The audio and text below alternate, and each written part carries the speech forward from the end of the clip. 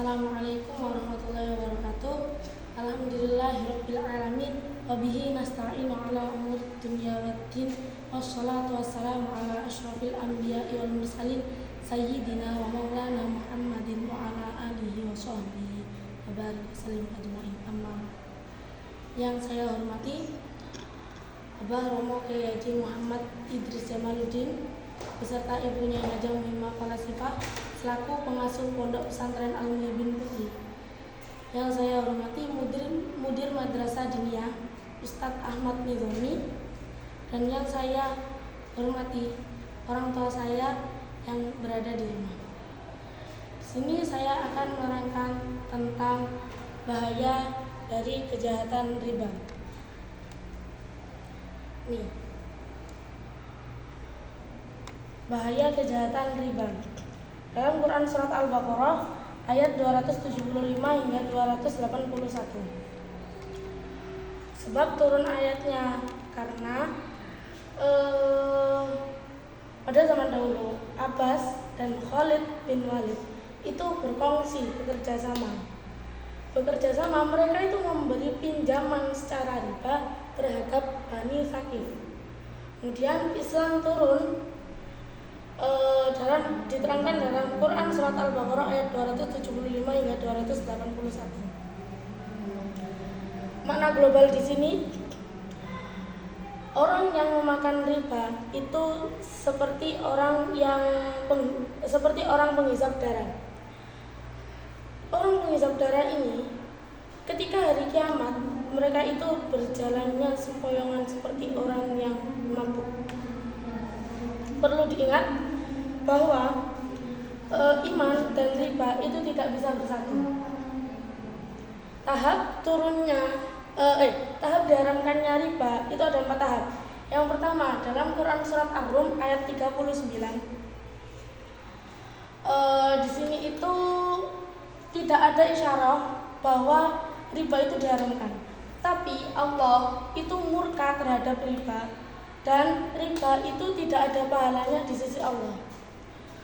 Quran Surat Ar-Rum ayat 39 ini itu merupakan nasihat secara pasif. Kemudian tahap yang kedua diterangkan dalam Quran Surat An-Nisa ayat 160 hingga 61.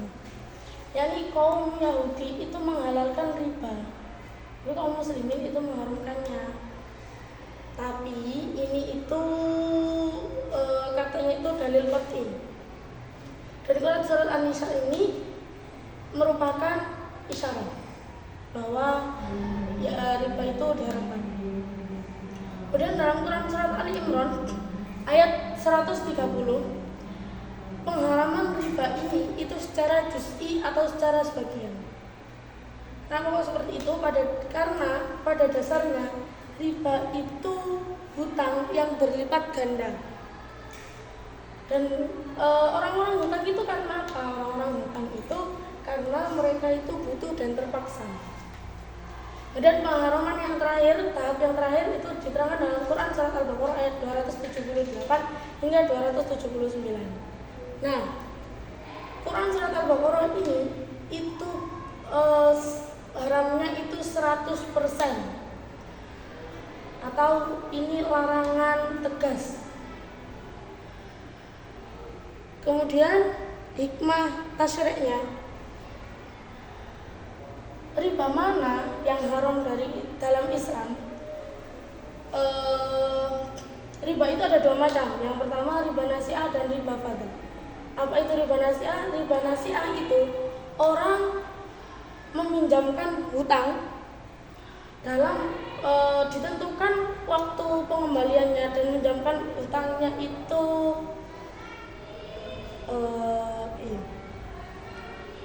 orang meminjamkan hutang dalam waktu dan tempo tertentu, waktu dan jumlah yang ditentukan, tapi dengan syarat ada bunganya.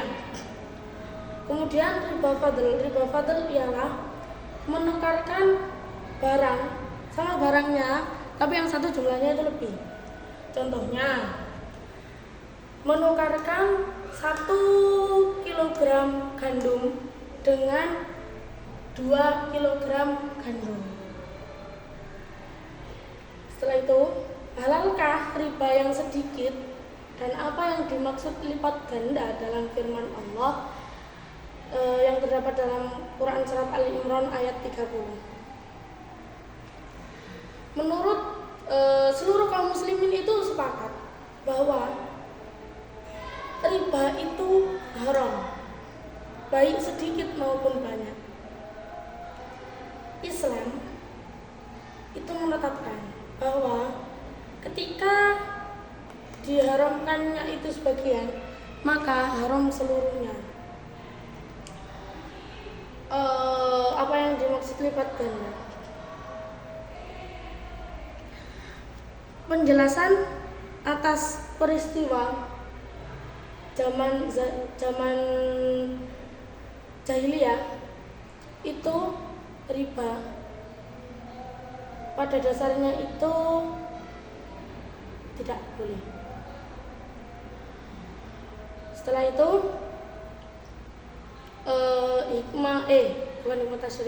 kesimpulannya riba itu mengancam jiwa, yakni bisa menimbulkan amarah-amarah.